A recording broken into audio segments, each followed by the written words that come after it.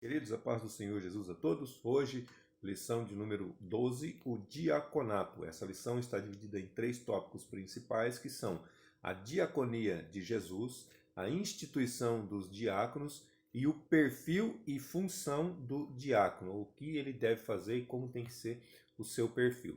O objetivo geral dessa lição é mostrar a importância da função de diácono. O diácono ele é muito importante. Muitas pessoas não dão valor, não valorizam ele conforme tem que ser, mas é muito importante. Então, a diaconia de Jesus Cristo, primeiro subtópico, o significado do termo.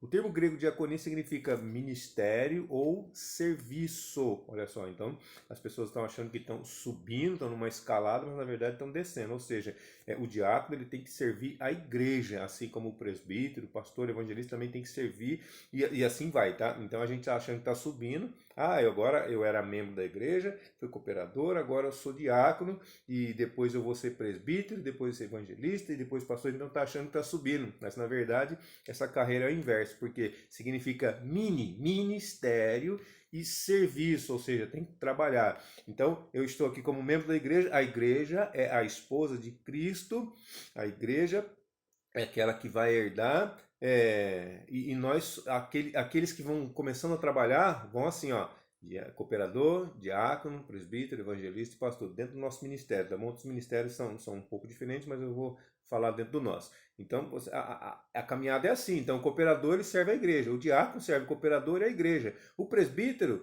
serve o diácono, o cooperador e a igreja. O evangelista serve o presbítero e assim por diante, entendeu? Então, essa é a caminhada, essa é a forma que nós devemos entender. O servir, quanto mais você acha que está subindo no ministério, mais na verdade você tem que se tornar servo.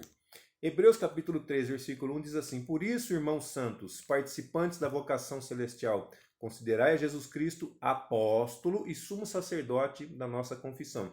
Então, o próprio Jesus Cristo era também um apóstolo. Lucas 24, 19 diz: E ele lhes perguntou, quais? E eles lhe disseram: As que dizem respeito a Jesus Nazareno, que foi homem profeta, poderoso em obras e palavras diante de Deus e de todo o povo. Então, Jesus foi apóstolo, Jesus também foi profeta. O que mais que Jesus foi?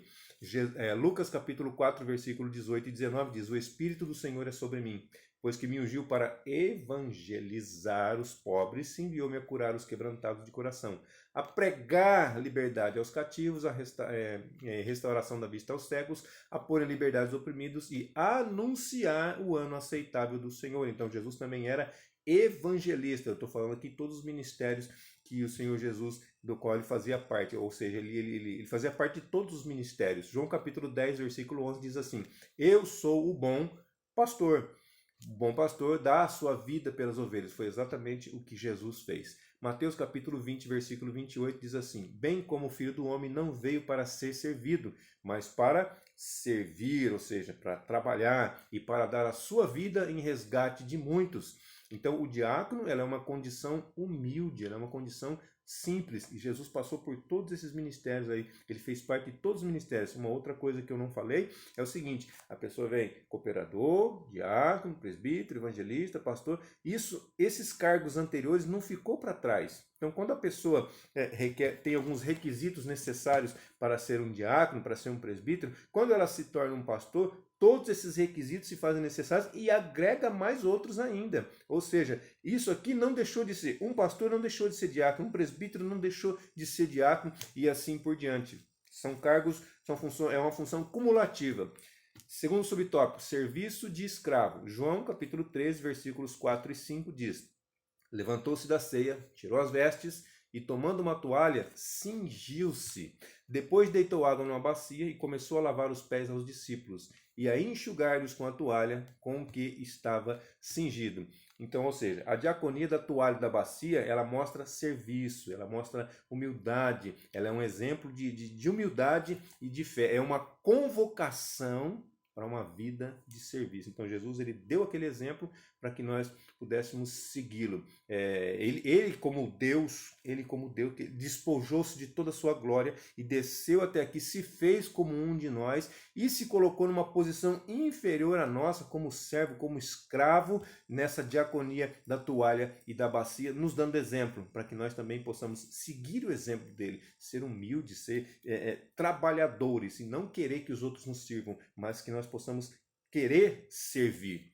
João capítulo 13, versículo 14 e 15 também diz assim: ora, se eu, Senhor e Mestre, palavra de Jesus, tá? Vos lavei os pés, vós deveis também lavar os pés uns aos outros, porque eu vos dei o exemplo para que, como eu vos fiz, façais vós também.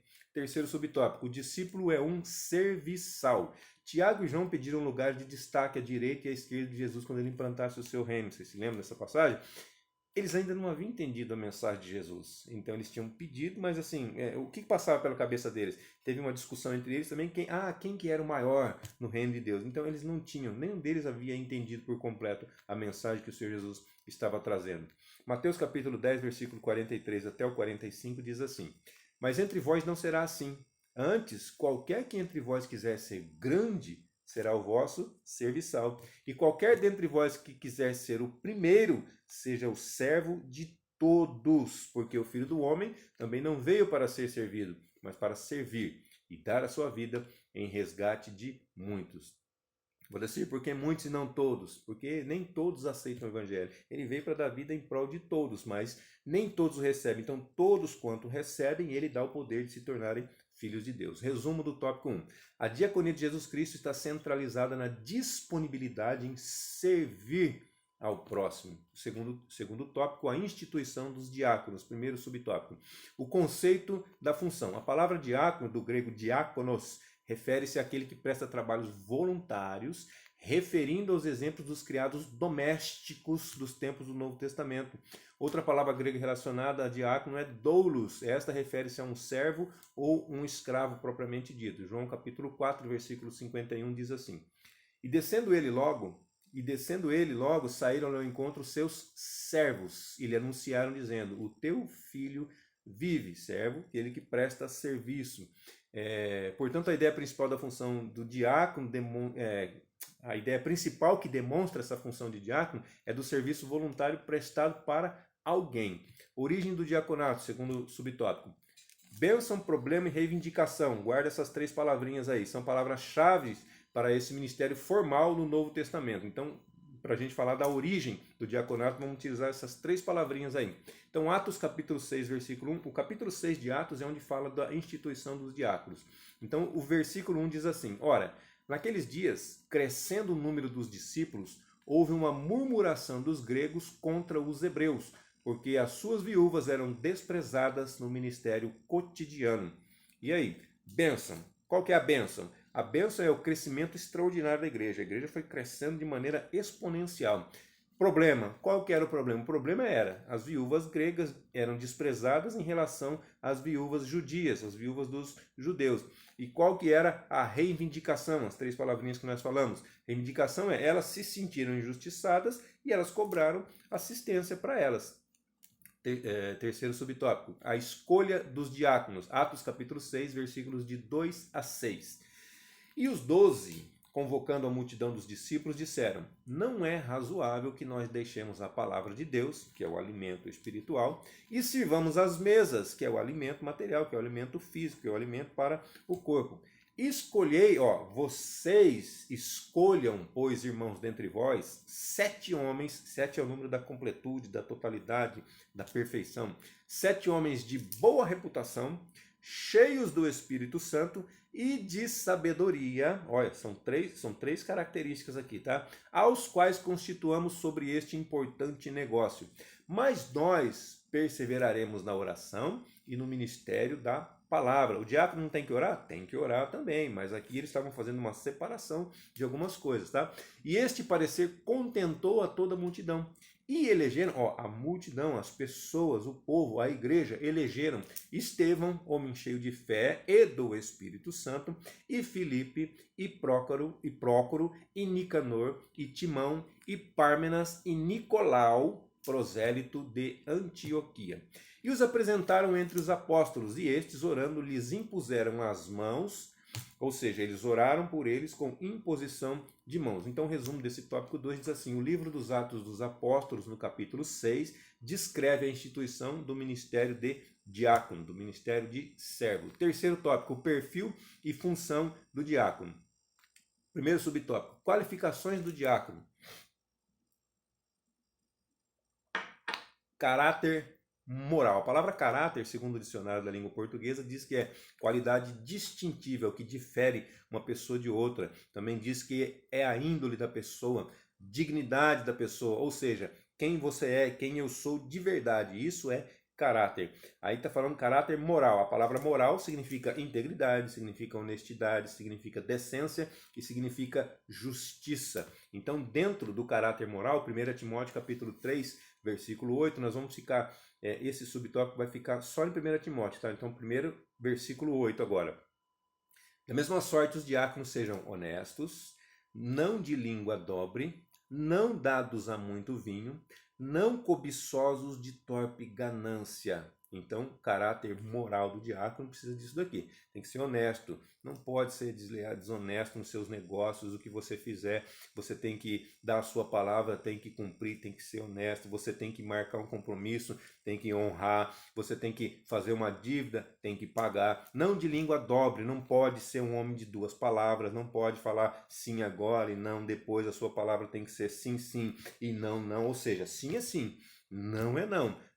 Também língua dobre dá o sentido de duas palavras, a pessoa fala uma coisa para um, mas fala outra coisa para outro, ok? Não pode ser dessa forma. Não dados a muito vinho. Na verdade, o vinho é uma bebida, ele está falando de bebida alcoólica aqui. Você não pode ser amante dos prazeres, das bebidas. Não, você não pode ser dessa forma. Não pode ser cobiçoso de torpe ganância. Não pode querer ganhar dinheiro demais. Não pode querer. Tem problema ter dinheiro? Eu falo assim, não, irmão, não tem problema nenhum ter dinheiro, mas a cobiça é o problema. Eu querer mais do que é necessário, mais do que o suficiente. Eu já tenho o necessário, eu tenho o suficiente, eu estou suprido, eu estou bem, mas aí eu quero mais. A minha cobiça, o meu olho grande quer demais. E outra, ganhar dinheiro de forma ilícita também faz parte da torpe ganância, tá ok? Então isso não pode de maneira nenhuma. Esse é o caráter moral que o diácono deve ter. Então você pensa bem, o diácono, depois vem as demais funções, que isso aqui vai acumulando. Então nenhum deles, nem pastor, nem presbítero, nem diácono, nem ninguém pode ser dessa forma, que pode ser cobiçoso, tem que ser honesto, e nenhum deles pode ser de língua dobre. O caráter espiritual, ou seja, a decência, os bons costumes, a fé, a fidelidade da pessoa. 1 Timóteo, continuando ainda, versículos 9 e 10. Guardando o mistério da fé numa consciência pura. Não adianta ficar questionando a Deus, por que disso, por que daquilo. Não, você tem que ter fé, você tem que acreditar. Ah, mas Deus, eu não entendo algumas coisas. Não, nós não temos que entender, nós temos que ter fé, nós temos que acreditar em Deus, com a consciência pura, com a consciência limpa. E também estes sejam primeiro provados, depois sirvam, se forem irrepreensíveis. Não é você colocar ele numa provação, numa dificuldade, para ver como que ele vai reagir. Não, é você saber da vida dele, como que ele é, como que ele é com a esposa, como que ele é com os filhos, como que ele é com os vizinhos, como que as pessoas o conhecem fora da igreja. É essa forma dele ser provado. Depois sirvam, se forem irrepreensíveis. Então, se nós compreendermos, se nós provarmos que ele realmente é irrepreensível, sim, aí eles podem servir. Tanto que não foram a liderança que escolheram os diáconos aqui, foi a própria igreja. Então são as próprias pessoas que dão testemunho de nós. Então as pessoas que dão testemunho de nós têm o direito de escolher se podem servir ou se não podem, porque eles sabem qual que é o nosso caráter, tanto espiritual como moral, e também agora o terceiro, caráter familiar, ou seja, equidade, lealdade, testemunho pessoal com os de casa. Então, 1 Timóteo capítulo 3, o versículo 12 diz assim: os diáconos sejam maridos de uma só mulher, governem bem a seus próprios filhos e também governem bem as suas próprias casas. Marido de uma só mulher. Primeira coisa, tem que ser um homem casado com uma mulher, tem que ser dessa forma. Segunda coisa, é um homem casado com uma mulher, é um de cada, não adianta ter 2 mulheres, 3 mulheres, não pode de jeito nenhum. Isso é bigamia, dentro do nosso país já é crime isso aí, é contra a nossa lei. Governem bem a seus filhos e as suas próprias casas, meus irmãos. Se nós não conseguimos governar bem os nossos filhos, se nós não conseguimos governar bem, administrar bem os nossos lares, as nossas casas, como que nós vamos administrar as coisas de Deus? Como nós vamos trabalhar na obra assistencial de Deus, servir? Como que nós vamos ser... a palavra que foi utilizada aqui, equidade, lealdade, testemunho pessoal. Os de casa, nossos filhos, esposa ou marido, para quem é mulher, tem que dar testemunho de nós. Não é só ser uma pessoa boa, ser uma pessoa cheia de fé dentro da igreja. Não, fora da igreja, principalmente dentro de casa. Dentro de casa é o lugar mais difícil que eu costumo dizer a ser cristão. Então as pessoas conhecem, elas conhecem o íntimo, conhecem o profundo, conhecem você, quem você é de verdade, conhecem realmente o seu caráter. Então aqui dentro nós temos que começar, o nosso testemunho pessoal tem que começar aqui dentro, a nossa equidade. O que é equidade? Equidade é diferente de igualdade. Igualdade é você tratar igual todo mundo. Equidade é você dar mais para quem precisa de mais e menos para quem precisa de menos. Isso é equidade, é ajustar, é conseguir nivelar as pessoas para que todos cheguem à mesma condição. Por exemplo, tem pessoas que têm condição de ter uma refeição no dia, tem pessoas que não têm condição de ter nenhuma. O que você vai fazer? Você vai conciliar essa aqui que consegue uma, e se precisa de 3, então você vai dar 2 para essa. Essa aqui não tem nenhuma, você vai dar 3 para essa. Isso é equidade, é igualar, é nivelar as pessoas, tá ok? Esse é o versículo 12 que nós lemos. O segundo subtópico diz assim: a função dos diáconos em Atos 6. Quando eles foram instituídos, eles foram separados para assistir, para dar assistência socialmente às viúvas. Eles não podiam permitir que houvesse injustiças sociais dentro da igreja, ou seja, a sua função era principalmente de caráter social. Também, olha as características necessárias para ser um agente social. Algo que muitos acham não ter grande importância, mas os próprios apóstolos disseram. Atos capítulo 6, versículo 3. Escolhei, pois, irmãos, dentre vós 7 homens de boa reputação, cheios do Espírito Santo. Isso aqui é para ser um agente social, tá vendo só? Para ser um diácono, que na verdade estava agindo como um agente social.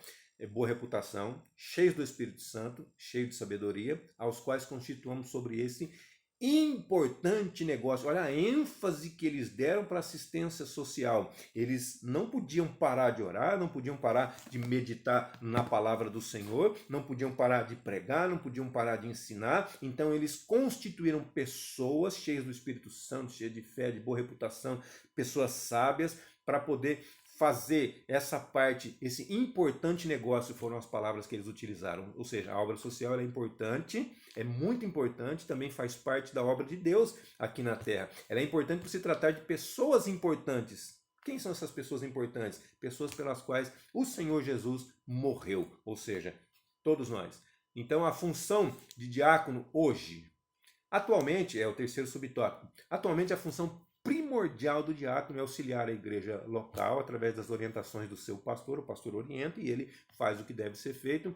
Atividades ligadas a visitar enfermos, visitar necessitados, visitar desviados, cuidar das tarefas espirituais ligadas ao culto, distribuir os elementos da ceia, no dia da Santa Ceia ele serve, recolher as contribuições para a manutenção da igreja, os dízimos e as ofertas, e auxiliar na ordem e segurança da liturgia do culto, bem como de outras tarefas já mencionadas. Então os diáconos têm esse papel, eles recebem o povo, eles abrem porta, fecham porta, cuidam, separam as ofertas, separam as cestas, direciona para as pessoas que tem que fazer e assim por diante. No dia do culto de Santa Ceia, eles são aqueles que servem a Santa Ceia do Senhor. Então a função de diácono é importantíssima dentro da igreja. Olha só, trabalham como segurança da igreja, então fica diácono no portão, fica diácono na porta, fica diácono na outra porta e assim por diante, fica diácono em tudo quanto é lugar.